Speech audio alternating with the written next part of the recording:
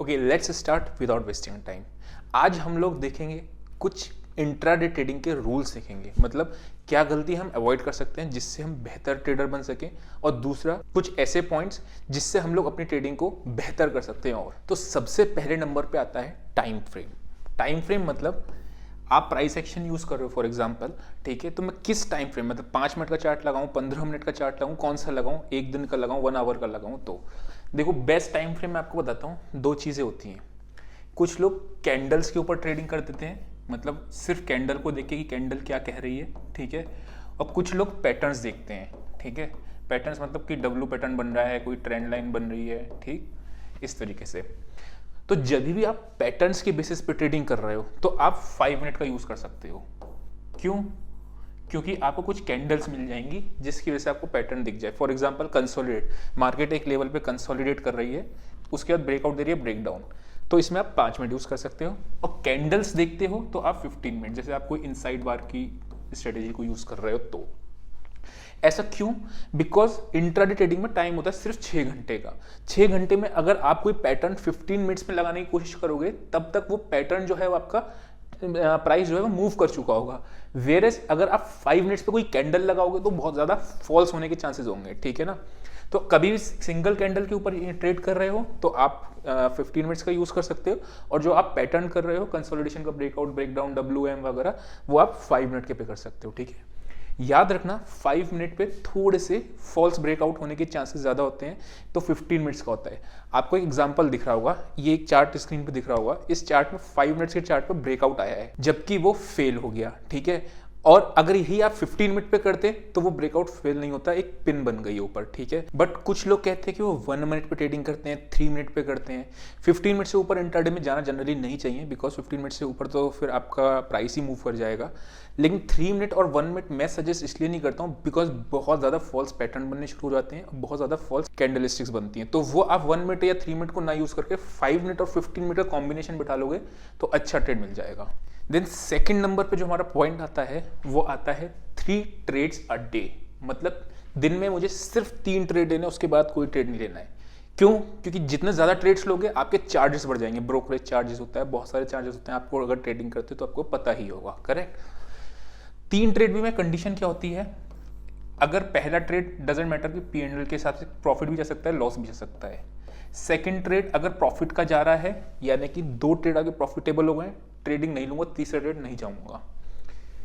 अगर दूसरा ट्रेड आपका लॉस का जा रहा है और पहला ट्रेड भी लॉस का है, तब भी तीसरा ट्रेड नहीं लूंगा। तीसरा ट्रेड मैं तभी लूंगा जब मेरा ऊपर के 2 जो ट्रेड हुए हैं, एक प्रॉफिट या एक लॉस होगा, तभी मैं थर्ड ट्रेड पे जाऊंगा, वरना थर्ड पे नहीं जाऊंगा। 2 प्रॉफिट होंगे तो भी मैं स्क्रीन बंद कर दूंगा, 2 लॉस होंगे तो भी मैं स्क्रीन बंद कर दूंगा। उसका एक रीजन है बहुत इंपॉर्टेंट।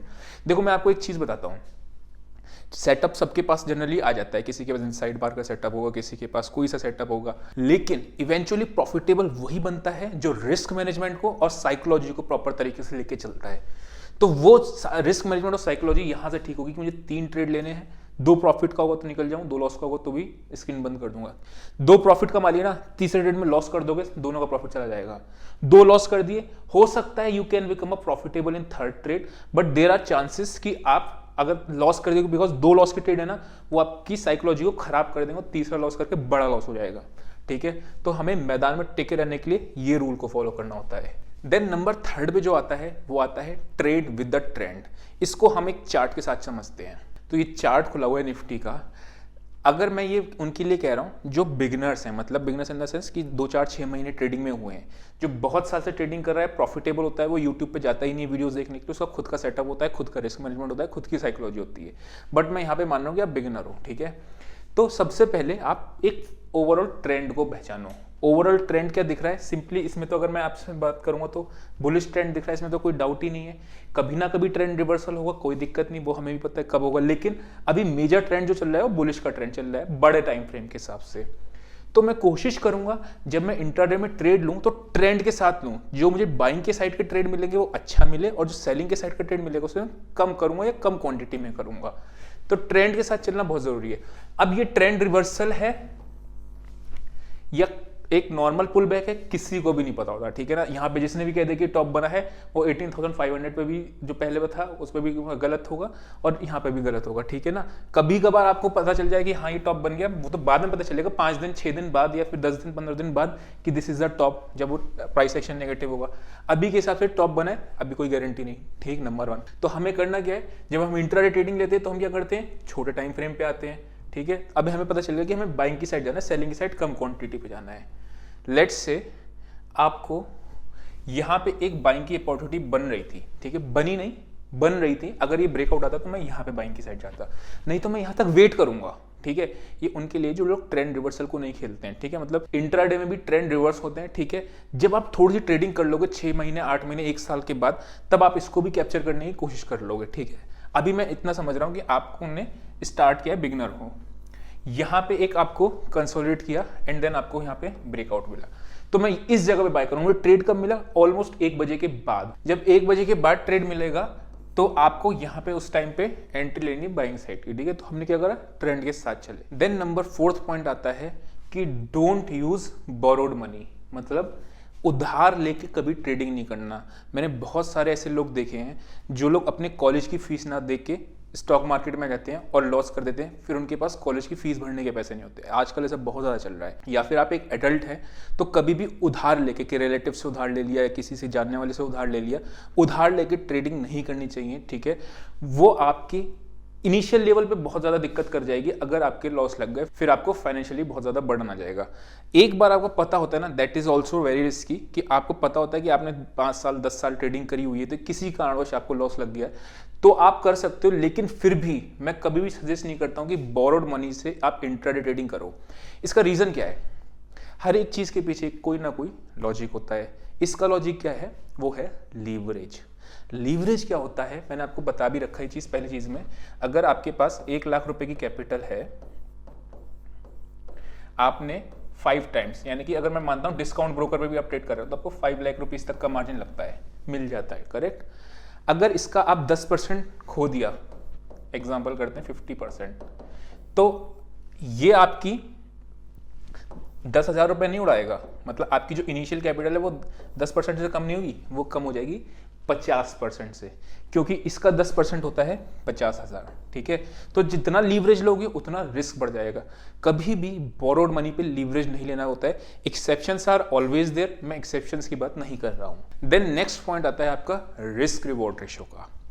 रिस्क मतलब आपने लेट से 1,000 रुपए का किसी पर्टिकुलर ट्रेड में रिस्क लिया है, तो आपको 1,500 रुपए का रिवॉर्ड होना चाहिए, तभी ट्रेड में एंट्री करनी है, वरना ट्रेड में एंट्री नको, ठीक है। क्यों ऐसा कह रहा हूं, अगर आपने कम रिस्क रिवॉर्ड के ट्रेड लोगे तो आपको सही होने में बहुत ज्यादा जरूरत होगी, मतलब आपको बार बार सही होना पड़ेगा। अगर 1:1.5 है एंड 6 to 7 ट्रेड आपके प्रॉफिटेबल जा रहे हैं आउट ऑफ 10, तो आप आराम से ट्रेडिंग में प्रॉफिटेबल बन जाओगे, ठीक है। मैं जिस तरीके का ट्रेडर हूं, मुझे एटलीस्ट 1:2 चाहिए होता है, चाहे भले ही मेरे 5 ट्रेड या 6 ट्रेड भी सही जाएं, लेकिन मुझे कम से कम 1:2 चाहिए, वरना मैं ट्रेड ही नहीं करता, एंट्री ही नहीं मारता, ट्रेड इनिशिएट ही नहीं करता। रिस्क रिवॉर्ड रेशियो का प्रोबेबिलिटी ऑफ ट्रेड से एक रिलेशन समझते हैं, ठीक है। जितना हाई रिस्क रिवॉर्ड होगा कि 1:4 है या 1:3 है, उतना प्रोबेबिलिटी ऑफ विनिंग कम हो जाती है, करेक्ट। आप चाहे तो इसको ऑप्शन स्ट्रेटेजी के साथ भी मिला लेना। जितना कम रिस्क रिवॉर्ड होगा उतनी प्रोबेबिलिटी ऑफ विनिंग ज्यादा हो जाती है ना। जो लोग स्ट्रेडल शॉर्ट करते हैं, स्ट्रेडल शॉर्ट का मतलब क्या होता है, किसी भी सेम स्ट्राइक प्राइस का कॉल या पुट, उनकी प्रोबेबिलिटी ऑफ विनिंग तो बहुत कम होगी, लेकिन उनका रिस्क रिवॉर्ड रेशियो तो बहुत कम होगा। मतलब आरआर जो होता है पर ट्रेड पे रिस्क, वो बहुत कम होगा, लेकिन उनकी प्रोबेबिलिटी ऑफ विनिंग बहुत ज्यादा हो जाती है, ठीक है, क्योंकि थीटा गल जाता है, आपको पता ही है वो चीज, ठीक। तो बेहतर क्या है, सिंपली 1:1.5 से ऊपर का ट्रेड मिलता है तो ही एंट्री करो। अब इसको पहचानते कैसे, आओ चलो चार्ट पे चलते हैं। लेट्स से आपने इस वाली कैंडल के ऊपर बाय किया, ठीक है। ये वाली कैंडल तो ब्रेकआउट है, आपको पता नहीं, इसके ऊपर आपने यहाँ पे बाय किया। ये प्राइस निकल के आ रहा है आपका 18,670 का, ठीक है। ये आपको प्राइस 18,670 आया। आपका एसएल कितना आ रहा है, इस डे का लो मान लो, ठीक है, 18,640। मैं एक 635 मान रहा हूं ताकि कैंडल क्लोज होने का वेट करो। तो दैट मीन्स क्या है, आपका ये 35 पॉइंट्स का रिस्क है इसमें। आपका टारगेट कितना होता है, यहां तक का आपका टारगेट होता है, इस लेवल तक के बीच का। ये कितना निकल के आ रहा है आपका 18,710, 18,710, ठीक। तो कितना मेरे को निकल के आया इसमें, 35 पॉइंट्स का रिस्क है और 40 पॉइंट्स का मेरा विनिंग है। मैं ये ट्रेड नहीं लूंगा। क्यों नहीं लूंगा? बिकॉज मेरा 1:1 तक का ही आ रहा है। अगर ये ब्रेकडाउन समवेयर अराउंड यहां से आता और मेरा टारगेट 18,800 तक का होता या 750 तक का होता, तब मैं ये ट्रेड को एग्जीक्यूट करता, वरना मैं इस ट्रेड में बाइंग की साइड नहीं जाऊंगा। उसका रीजन क्या है, मेरे को 1:1.5 नहीं मिल रहा है। देखो मेरा जो भी मोटिव है ये सब आपको बताने का, वो सिर्फ इतना है कि आप लॉन्ग रन में प्रॉफिटेबल बनो। तो ये रूल्स उसी के लिए हैं, ठीक है। नेक्स्ट जो पॉइंट आता है वो आता है do not trade without stop loss, ठीक है। बहुत से लोग मैंने देखा है जो कॉल पुट, जैसे मैंने 100 रुपए पे कोई कॉल बाय करी, मेरा स्टॉप लॉस आ रहा है 70 रुपीज़ का, मेरा टारगेट आ रहा है 150 रुपीज़ का। जब वो 70 रुपीज़ का प्राइस आता है तो वो निकलते नहीं है और रखे रहते हैं। इवेंचुअली वो कॉल या पुट जीरो हो जाती है और रखते रहते हैं जीरो पे। उसका एक बहुत बड़ा रीजन क्या होता है, you are not ready to take the losses. Accept नहीं करते आप लॉसेस का, मे बी पोजिशन साइजिंग बहुत ज्यादा हो या कुछ भी हो। आप मार्केट में जब तक स्टॉप लॉस देना नहीं सीखोगे, मार्केट में आप लंबे नहीं चलोगे। हर एक व्यक्ति, each and every person in this market जो प्रॉफिटेबल है, उसके स्टॉप लॉसेस हिट होते हैं, चाहे कुछ भी हो जाए, होते ही हैं, सबके होते हैं, ठीक है। तो अगर आप ट्रेड विदाउट एसएल कर रहे हो तो इसको कुछ इस तरीके से समझो। मैं जा रहा हूं, कार चला रहा हूं, मेरा एक एक्सीडेंट होता है, तो मैं उस एक्सीडेंट में क्या चाहूंगा कि मेरा कोई हाथ टूट जाए, ऑप्शन नंबर 1, या फिर मेरी जान चली जाए। ऑब्वियसली कोशिश करूंगा कि मेरा फ्रैक्चर हो या ऐसा कुछ हो, जान ना जाए। उसका रीजन क्या होता है, अगर आपने स्टॉप लॉसेस लगाए तो हो सकता है आपको फ्रैक्चर हो जाए लेकिन आपकी जान बच जाएगी। लेकिन अगर आप स्टॉप लॉसेस नहीं लगाओगे तो एक टाइम ऐसा आएगा कि आपकी जान भी जा सकती है। आपकी मतलब मेरी समझ लो।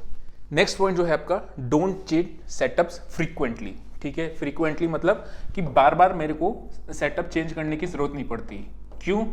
क्योंकि या तो पहले आपने बैक टेस्ट नहीं किया है। कोई भी आप लेट से प्राइस एक्शन पे कोई सेटअप काम कर रहे हो, डब्ल्यू पैटर्न, एम पैटर्न पे काम कर रहे हो, ट्रेंड लाइन पे काम कर रहे हो, आप 1 या 2 दिन में उसको सही या गलत दोनों ही नहीं कह सकते, ठीक है। आपको एटलीस्ट बैक टेस्टिंग के लिए ट्रेड सही होते हैं।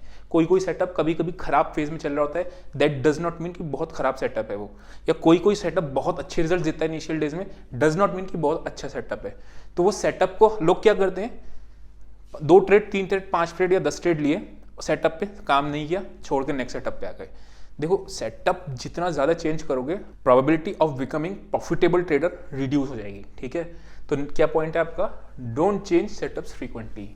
तो ये कुछ पॉइंट्स थे जो आपको याद रखने हैं जब आप इंट्राडे ट्रेडिंग करते हो स्टॉक मार्केट में। याद रखना, सिर्फ आपको 3 ही चीज़ें चाहिए होती हैं स्टॉक मार्केट में प्रॉफिटेबल बनने के लिए।